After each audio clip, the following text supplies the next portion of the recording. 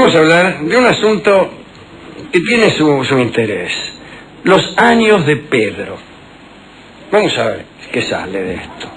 Existía hace algunos siglos un dicho muy conocido en Roma que solía ser referido a cada papa que se sentaba en la silla apostólica. Non videvi sanos Petri, no verán los años de Pedro. No verás los años de Pedro. Como es sabido, según una antigua tradición, San Pedro fue obispo de Roma desde el año 42, cuando supuestamente se trasladó a la capital del imperio desde Antioquía. Ocupó la más alta jerarquía de la Iglesia hasta el año 67, ese fue el año del martirio de Pedro.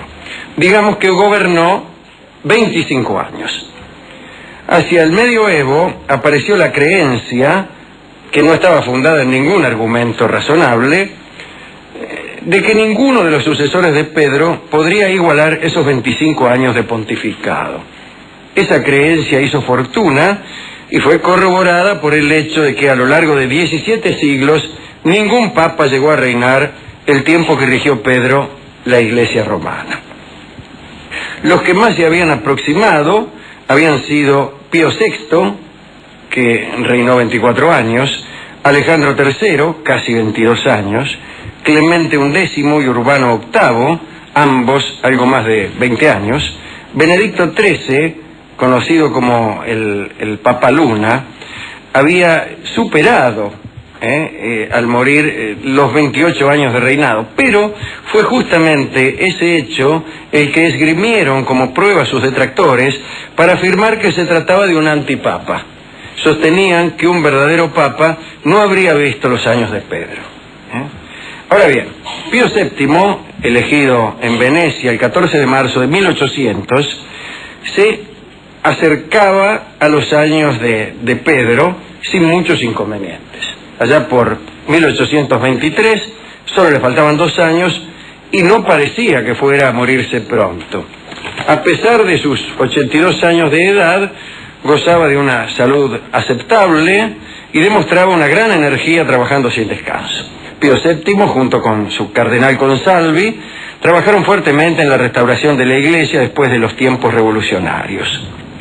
El primer paso importante que dio Pío VII fue un acuerdo con Napoleón cuando se otorgó el título imperial. Para reubicar en buenos términos a la Iglesia, con quien había sido finalmente un general de la Revolución, Pío consideró positivos los aportes de algunas ideas revolucionarias francesas. Este papa había sido obispo de Imola cuando Napoleón invadió y escribía las palabras libertad e igualdad en el encabezamiento de sus cartas. Cuando Napoleón cayó, gracias a los jerarcas del Congreso de Viena, la Iglesia recuperó todo su poder y ya no tuvo que ser obsecuente con un Estado en buena parte laico como lo era el francés en tiempos de Napoleón. Pero más allá de las políticas de Pío, lo que nos interesa es contar que algunos empezaron a preocuparse cuando el Papa estuvo por cumplir 25 años de reinado. Sucedió que un almanaque italiano, publicado en Faenza, y que gozaba de enorme prestigio, anunciaba para el año de 1823 la muerte de Pío VII. Algunos supersticiosos creyeron en la predicción, recordando aquello de los años de Pedro, lo que dijimos nosotros al principio del programa. Además, los que confeccionaron el almanaque también estaban convencidos de que el Papa debía inexorablemente morir antes de cumplir los 25. Otros muchos supersticiosos estaban aterrorizados, porque creían que si Pío VII llegaba a reinar hasta el 14 de julio de 1825, Roma sería inmediatamente destruida por completo, porque nadie debía ganarle a Pedro en su reinado. Lo cierto es que llegaron a conformarse grupos de una ortodoxia fanática que planearon incluso matar a Pío VII para que Roma no cayera. La Guardia Suiza y los espías de la Santa Alianza, que eran hombres de los estados católicos más poderosos, consiguieron detener a algunos confabulados. Pero vino a suceder algo más curioso. El 7 de julio de 1823, un estúpido accidente postró al Papa.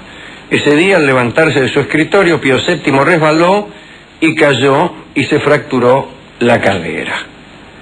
Dada la edad del Papa, las complicaciones no tardaron en presentarse. Se esperaba de un momento a otro la muerte de Pío. Algunos de los que creían en la maldición de los años de Pedro salieron a festejar cada noticia médica que indicaba un desmejoramiento en la salud del Papa. Y por supuesto, esos partes fortificaban la creencia. Pero en realidad Pío no se moría. Estaba mal y sus padecimientos se prolongaban, pero no moría. Para mayor preocupación de los supersticiosos, ocurrió un hecho que fue visto como el peor de los presagios. La noche del 16 de julio se incendió la antiquísima Basílica de San Pedro Extramuros, una de las más hermosas joyas del arte cristiano. Pío había sido abad de la comunidad benedictina, a cuyo cargo estaba precisamente el templo incendiado. Adoraba aquel sitio. Por ese motivo, y para evitarle sufrimiento, se intentó ocultarle la noticia. Pero de algún modo Pío VII se enteró del desastre. Y entonces sucedió algo. Él mismo creyó en la maldición de los años de Pedro. Muchos aseguran que el Papa se dejó morir por miedo a que en Roma continuaran produciéndose catástrofes si él sobrevivía. Y murió finalmente el 20 de agosto de 1823, después de casi 24 años de pontificado. Lo curioso es que se cumplió con exactitud lo que el almanaque había predicho. Aunque sintieron la muerte de Pío, miles de romanos respiraron tranquilos. En el Trastevere se festejó la muerte del Papa aún sin odiarlo. El hecho de que respetara la condición de Pedro lo hacía más santo aún. Además, Roma no sería destruida todavía, al menos en los siguientes 25 años. La verdad es que entre los inmediatos sucesores de Pío VII hubo dos que desacreditaron por completo la creencia popular: Pío IX y León XIII. El primero alcanzó a reinar casi 32 años y León logró justo los 25. En octubre de este año, Juan Pablo II cumplirá también con los años de Pedro. Interesante me parece esta pequeña charla, esta pequeña referencia a esa superstición, ¿no? ¿A quién dedicarla? Pues desde luego a Pío VII, que tuvo que morirse nada más que para que se quedaran tranquilos los supersticiosos. En realidad mucha gente ha muerto por culpa de los supersticiosos. También a Pedro, que vaya a saber si estuvo en Roma, pero bueno, ahí está la cosa, ¿no? Ahí está. Voltaire se negaba enérgicamente a creer que Pedro hubiera estado en Roma, pero bueno, muchos hemos ido y lo hemos visto allí, qué sé yo, ¿no? ¿A quién más? Bueno, a nadie más, a todos los que nos conocen y a nuestras amistades.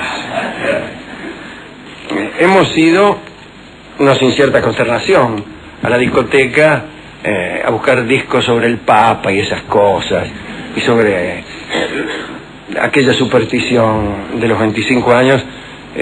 No nos quiso atender el discotecario, un hombre muy piadoso, que no quiso bajo ningún punto ofender la dignidad pontificia cantando una milonga. Así que nosotros mismos buscamos un disco y encontramos uno que no está mal para Pío VII y para cualquiera de los papas que quieran superar los 25 años, que es Todavía no. Todavía no se llama esta hermosa canción que habrán cantado algunos papas urgidos por los supersticiosos y que ahora canta para todos nosotros don Edmundo Rivero.